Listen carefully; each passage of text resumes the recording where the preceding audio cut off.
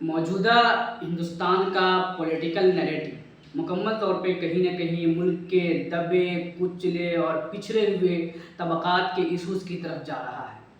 गुज़िश्ता कुछ महीनों में हमने देखा कि किस तरीके से कास्ट बेस्ड सेंसस की मांग को लेकर के कांग्रेस पार्टी से लेकर के तमाम विपक्षी दल मुखर रही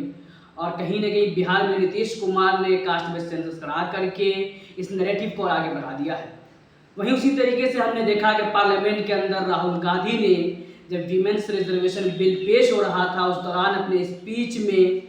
इस सवाल को खड़ा करके कि 90 सेक्रेटरीज जो गवर्नमेंट ऑफ इंडिया के हैं उसमें सिर्फ और सिर्फ 3 ओबीसी सेक्रेटरी हैं, जबकि उनकी आबादी 50% से ज़्यादा है। इस सवाल को खड़ा करके राहुल गांधी ने ओबीसी के इशूज़, ओबीसी की नुमाइंदगी के इशूज़ को कहीं ना कहीं पॉलिटिकल डिस्कशन में ला दिया है। इसी तरीके से हमने देखा कि हैदराबाद में जब इंडियन नेशनल कांग्रेस का नेशनल वर्किंग कमेटी मीटिंग होता है उसमें एक रेजोल्यूशन ये पास किया जाता है कि आरक्षण का रिजर्वेशन का जो लिमिट 50% का है उसे बढ़ाया जाना चाहिए ताकि ज़्यादा से ज़्यादा जो पिछड़े तबकात हैं, जो दबे कुचले तबकात हैं, उसको रिजर्वेशन के मकसद का फ़ायदा हासिल हो सके। इसके बाद मुकम्मल तौर पे पूरे मुल्क की सियासत कहीं न कहीं मंडल बनाम कमंडल की सियासत की तरफ जाती हुई नजर आ रही है। लेकिन इस बीच एक बड़ा सवाल खड़ा हो रहा है, वो ये है कि आखिर ओबीसी और दलित के मसाइल की बात करने वाली पार्टी उन मुसलमानों के मसाइल की बात करने से क्यों डरती है, जिसके बारे में खुद गवर्नमेंट ऑफ इंडिया की बनाई सचर कमेटी ने रिपोर्ट दिया था कि इनकी हालत इस चीज़ से भी बदतर है, जिनके बारे में खुद मंडल कमीशन ने कहा था कि इनकी 82 तबकात ऐसे हैं जो कि पिछड़ों के अंदर आते हैं, जो पिछड़े हैं, मुकम्मल तौर पे बैकवर्ड हैं। इनके बारे में मुल्क की अलग अलग कम्युनिटियों के उसी तरीके से नॉन गवर्नमेंट ऑर्गेनाइजेशन की रिपोर्ट्स ऐसे सामने आते रहे जो कहीं ना कहीं ये बताया आज ज़रूरत इस बात की है कि मुल्क की सेकुलरिज्म पसंद और मुल्क की वो जमातें जो मुसलमानों के अल्पसंख्यक समुदाय की बातें क्या करती फिरती है, जो इस मुल्क के अंदर महात्मा गांधी, अंबेडकर से लेकर मौलाना आज़ाद तक के विचारधारा की बात करती हैं, वो इस बात पर गौर करें और इस बात पर भी गौर किया जाए कि क्या जिस तरीके से 1950 में दफ़ा 341 में तरमीम करके गैर हिंदू शेड्यूल कास्ट को अलग कर दिया गया था, मजहब के बुनियाद पर कहीं न कहीं मुस्लिम schedule caste, Christian schedule caste, Sikh schedule caste और बुद्धिस्ट शेड्यूल कास्ट के हुकूक को छीन लिया गया था, उस पर दोबारा गौर किया जाए। यकीनन गौर किया भी गया है, तभी जाकर 1956 में अमेंडमेंट करके सिख समाज के जो शेड्यूल कास्ट है उनको शामिल कर दिया गया, उनको शेड्यूल कास्ट रिजर्वेशन का फ़ायदा हासिल करने का हक दे दिया गया। उसी तरीके से 1990 में बुद्धिस्ट समाज के जो शेड्यूल कास्ट है उनको भी हक फराहम कर दिया गया। लेकिन अब तक मुस्लिम कम्युनिटी और क्रिश्चियन कम्युनिटी के शेड्यूल कास्ट इस हक से महरूम है। लिहाजा मैं कांग्रेस पार्टी, अपोजिशन पार्टी और खुद भारतीय जनता पार्टी से भी ये मांग करूंगा कि वो इस बात पर गौर करें और इस दफ़ा में दोबारा से तरमीम करके मुस्लिम शेड्यूल कास्ट को भी वो तमाम हुकूक फराहम किया जाए रिजर्वेशन के जो हिंदू शेड्यूल कास्ट, बुद्धिस्ट और सिख शेड्यूल कास्ट को मिल रहे हैं, क्योंकि इस बात की तरफ इशारा मंडल कमीशन और सच्चर कमेटी करता है कि इसकी क्या ज़रूरत इनको है। इसी तरीके से ये भी ज़रूरत है कि ओबीसी कैटेगरी के अंदर बहुत सारे ऐसे मुस्लिम कम्युनिटी के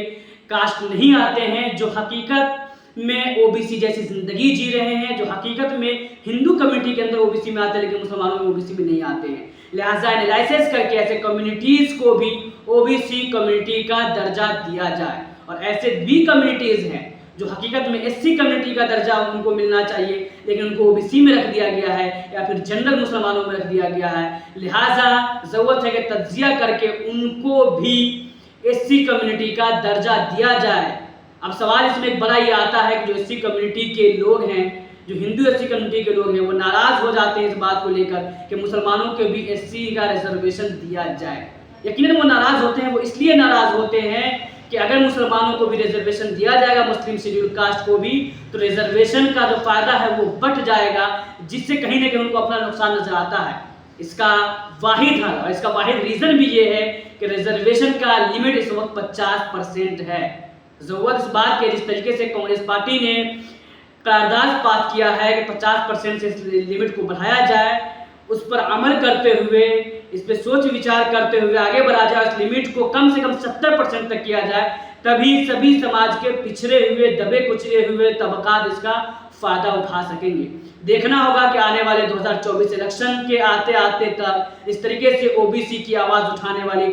पार्टियां मजबूती से इस आवाज़ को उठा रही है। क्या मुसलमानों के वोट पे अपना हक जमाने वाली पार्टियां, चाहे वो समाजवादी सियासी जमातें हो या खुद कांग्रेस हो या अम्बेडकर जमातें हो, वो क्या मुसलमानों के पिछड़ापन को सामने रखते हुए इन डिमांड्स को सामने ला करके बात करती है या नहीं करती है। और खासतौर पर मुस्लिम जमातों का रोल इसमें बहुत अहम है। उनको चाहिए कि वो भी इन सियासी जमातों से कोऑर्डिनेशन करके इस बात की कोशिश करे कि यह अपोजिशन पार्टियां जिस तरीके से कास्ट बेस्ड सेंसस को आगे लेकर के जा रही है, जिस तरीके से महिला आरक्षण में ओबीसी आरक्षण के डिमांड को आगे बढ़ाया जा रहा है, उसी तरीके से 3 दफा 341 में तरमीम करके मुस्लिम शेड्यूल कास्ट को उनके हक देने के ऊपर भी बात किया जाए। उसी तरीके से आने वाले लोकसभा के नैरेटिव में मुस्लिम ओबीसी और मुस्लिम शेड्यूल कास्ट और मुसलमानों के दीगर मसाइल भी आ सके, ताकि अगर सरकार बदलती है तब भी और ना बदलती है तब भी मुसलमानों के पिछड़ापन का कुछ इलाज देखने को मिल सके। मोदी जी ने भी पसमानदा मुसलमानों की आवाज़ किया है, लेकिन देखना यह है कि ईमानदारी कितनी है। उम्मीद तो ऐसे नहीं की जा सकती है,